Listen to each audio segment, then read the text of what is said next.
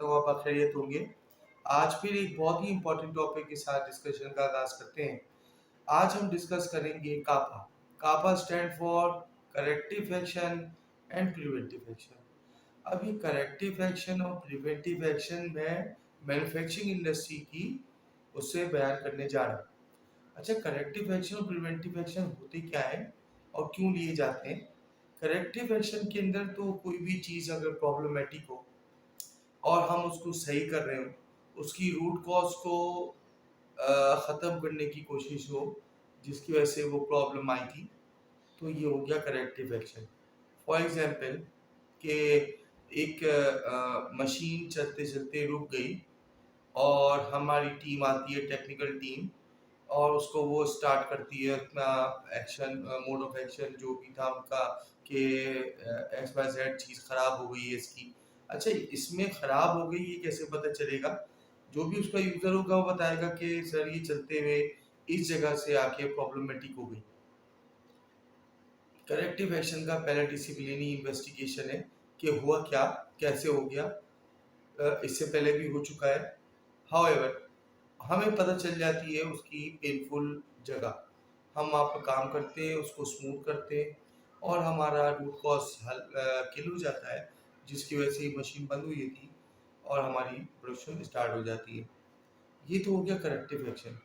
अब इस तरह के कितनी दफ़ा हमने करेक्टिव एक्शंस लिए, इनकी ऑब्वियसली एक जॉब ऑर्डर समरी एक जगह पे हमारे ईआरपी के अंदर सेव हो रही होती है कि मशीन नंबर 1 के अंदर ये प्रॉब्लम ज़्यादा आई, मशीन नंबर 2 के अंदर ये प्रॉब्लम ज़्यादा आई, मशीन नंबर 3 के अंदर ये प्रॉब्लम ज़्यादा आई। अब हम अपना प्रिवेंशन प्लान तैयार करते हैं, यानी पा।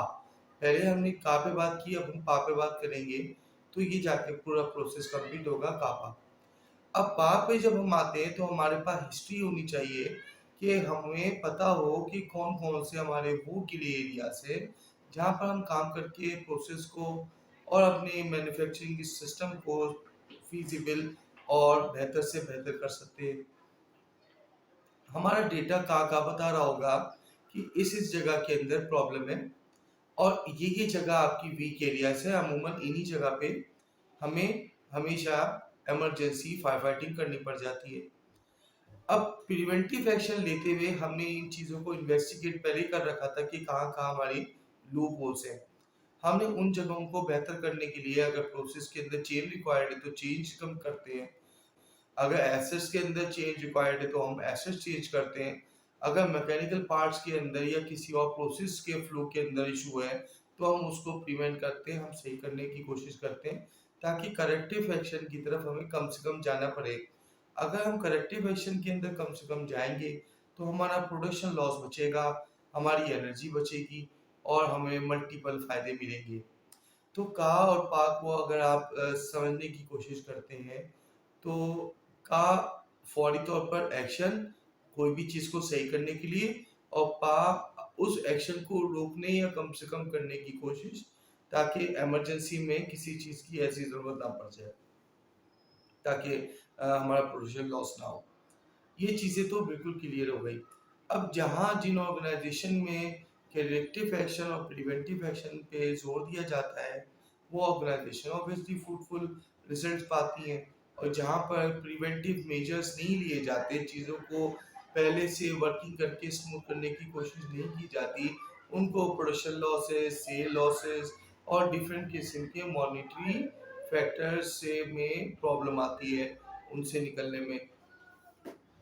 करेक्टिव एक्शन के अंदर बिल्कुल क्लियर है कि जब कोई प्रॉब्लम आ जाती है तो रूट कॉज को किल करके अपनी प्रॉब्लम को रिजॉल्व कर लिया जाता है। जो भी रूट कॉज होती है वो मैं जैसे शुरू में बताया कि ये तो आपको पता चल ही जाता है कि मशीन क्यों खराब हुई, क्यों बंद हुई, या अगर किसी प्रोडक्शन के अंदर कोई इशू आ गया तो कौन सा केमिकल ज़्यादा डल गया, कौन सा कम डल गया, एक्स वाई जेड, ये तो एक अलग लेवल की प्रॉब्लम है। आपने रूट कॉज आइडेंटिफाई किया, उसको किल किया, सीए कंप्लीट, ताकि उस वक्त तो वो प्रॉब्लम रिजॉल्व हो जाए और फिर हमेशा के लिए हो जाए। ऑब्वियसली कि आप जब उस प्रॉब्लम को किल कर चुके होंगे तो वो दोबारा ऑकर नहीं होगी, उस दिन तो नहीं होगी। अब प्रिवेंटिव मेजर के अंदर आप पोटेंशियल जो आपके होते हैं रिस्क फैक्टर्स, जिनकी वजह से आप ये समझते हैं कि ये चीज़ें होने वाली हैं या हो सकती हैं, तो आप अपना चार्ट प्लान बनाते हैं और अपनी चीज़ों को एनालाइज़ करके चल रहे होते हैं। तो सीए और पीए बहुत ही इम्पोर्टेंट टर्म्स हैं जो कि आपकी इंडस्ट्री के अंदर यूज़ हो रही होती हैं और इनके बगैर तो प्रॉब्लम रिजॉल्व ही नहीं होती। एक अच्छी मीडियम साइज़ या किसी भी ऑर्गेनाइजेशन के अंदर आपका मेंटेनेंस डिपार्टमेंट, आपका क्वालिटी एश्योरेंस डिपार्टमेंट, आपके मुख्तलिफ किस्म के सर्विसेज डिपार्टमेंट करेक्टिव एक्शन और प्रिवेंटिव मेजर्स पे तो काम कर रहे होते हैं। विदाउट इसके कैसे आपके प्रोसेस चल सकते हैं? आपके प्रोसेस चल ही नहीं सकते, आपकी चीज़ें रन ही नहीं हो सकती। तो इस चीज़ से हमें क्लियर होती है कि सीए और पीए एक जनरल कॉमन सेंस है। मैनेजमेंट साइंसेस है ही कॉमन सेंस। तो ये सारे प्रोसेसेस ये कॉमन सेंस से ड्राइव हुए। अगर ये सीए और पीए करेक्टिव एक्शन, प्रिवेंटिव एक्शन, ये सारी चीज़ें हम अपने घर में भी कर रहे होते हैं, अपनी रोज़मर्रा लाइफ में भी कर रहे होते हैं। आई होप ये डिस्कशन आप लोगों सबके लिए नॉलेजेबल रहा होगा। उम्मीद करता हूँ आपने सीखा होगा और जो सीखा है वो अपने साथियों से शेयर भी करना है। अपना बहुत ख्याल रखिएगा और लाइक और सब्सक्राइब लाज़मी कीजिएगा। Thank you so much.